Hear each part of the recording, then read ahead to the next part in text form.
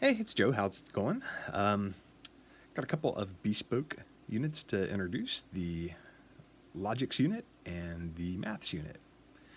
And to make them easier to understand what they're doing, I thought we could start with a Scopeside discussion. So just kind of looking at the signal that it puts out on an oscilloscope. So basically both of these units take two inputs and they perform some kind of operation on them, and they put out the result.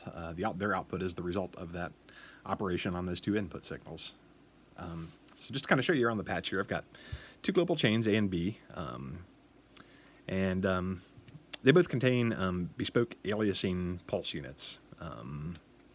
So because the ER-301's outputs are AC coupled, it's a little bit tough, a little bit tricky to get low frequency signals that are generated internally in the 301 and get them to show up nicely on a scope. So these new bespoke units run at audio rates, so we're just using some audio rate signals here to kind of demonstrate what's going on. We've got an A signal and a B signal. I've got them routed to the channel chains here. To channel 2, A is to 2, and B is to channel 3. And those are going into the scope. So the A signal is the green line, the green trace on the scope. It's kind of the wider, slower signal, and the blue signal is is B, and that's kind of the faster, narrower pulse. So the logics unit takes two inputs. It takes an A and a B, and if we go into here, you can just see I've got these global chains routed into there as well. So those global chains are the input to the logics unit. Okay, so that's kind of the patch setup, and the logics unit is bypassed right now. Once I unbypass it, it'll start to put out some kind of a signal based on the operation that it's performing. So if you go into the header menu, you can see we've got 6 operations here, and we'll just kind of go through what they are. So the one we're looking at right now is the AND operation. And the AND operation should put out a true or a high signal when both of the inputs are also true or high. And you can kind of see what's going on there. We've really only got a high output on that yellow trace when both the blue and the green are simultaneously high values. So that's the AND operation. Next, let's check out OR. And you can kind of see the signal shifts around, and that's because of that AC coupling here. So, as we get, different energies in the signal, it'll try to, shift the signal. That's what that circuit does, is kind of try to center things up and remove the DC offset. I've actually got some offset set up on all of these just so you can really see them clearly. Anyway, the OR operator, it puts out a true signal when either or both of the inputs are true or high. So as you can see, anywhere where the blue signal is high or the green signal is high, we get a high output.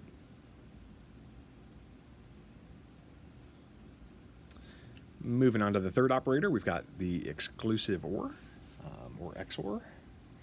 And that puts out a true or high output when exactly one of the inputs is true or high. So essentially, if they're both high, it's going to put out a false. If they're both low, it's going to put out a false.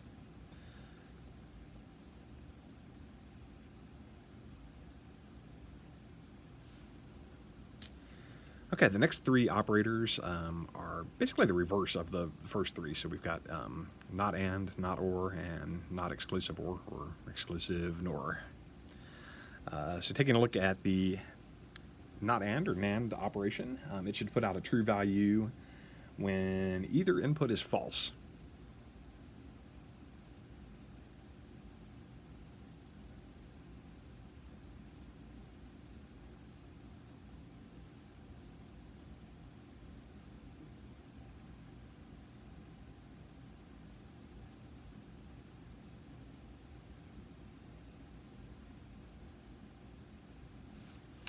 Moving on, we've got the NOR operator. This one should put out a true or high value when both inputs are false.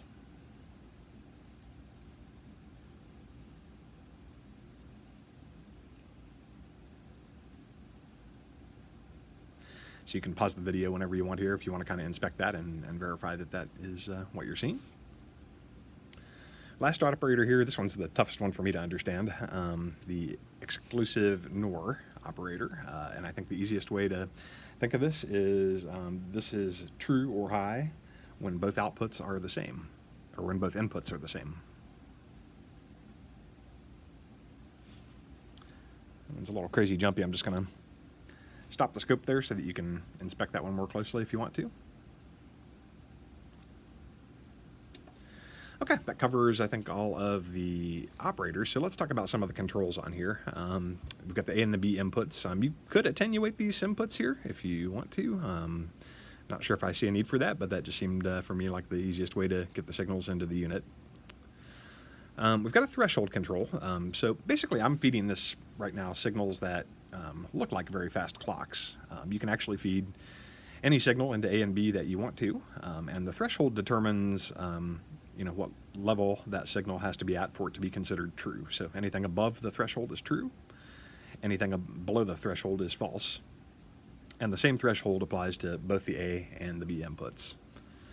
The threshold parameter is modulatable, and it updates at the frame rate.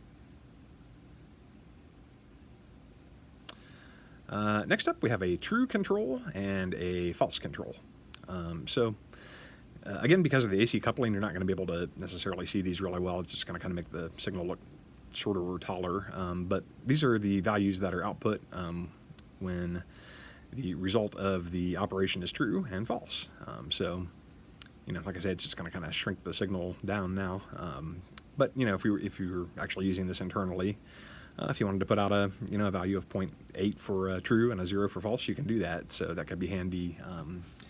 0 and 1 are pretty standard, I think, for straight digital logic. But and that's great if you're using that for a gate signal, or if you're using it to kind of control a VCA and turn it on and off. But if you're modulating some other parameter, that could be kind of useful to have these at some other values.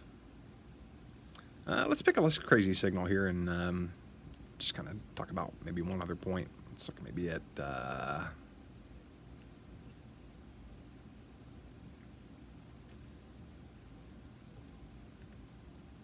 yeah, they're all a little crazy. That's all right.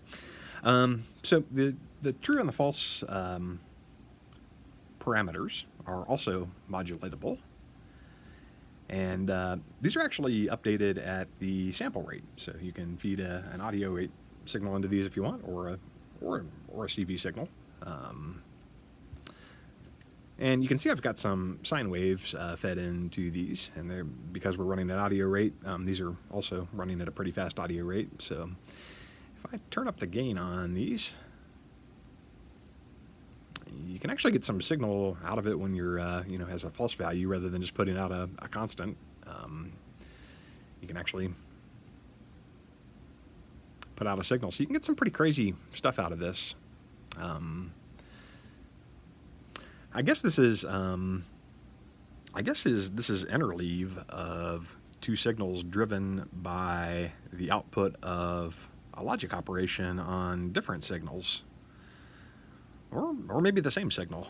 I've decided I want to call modulation of these two parameters right here bending the truth. So if you come up with any cool music or audio as a result of bending the truth, I would like to hear about it. I think that's it for the logics unit. So hopefully you've got a good understanding of it. Like I said, you might normally want to play with this on some lower frequency signals to create, gate signals, perhaps drive a sample player or do some other interesting stuff. So I just thought I would show it to you on the scope so that you could get a better understanding, looking at all three signals at the same time. All right, I think that's it. Take care.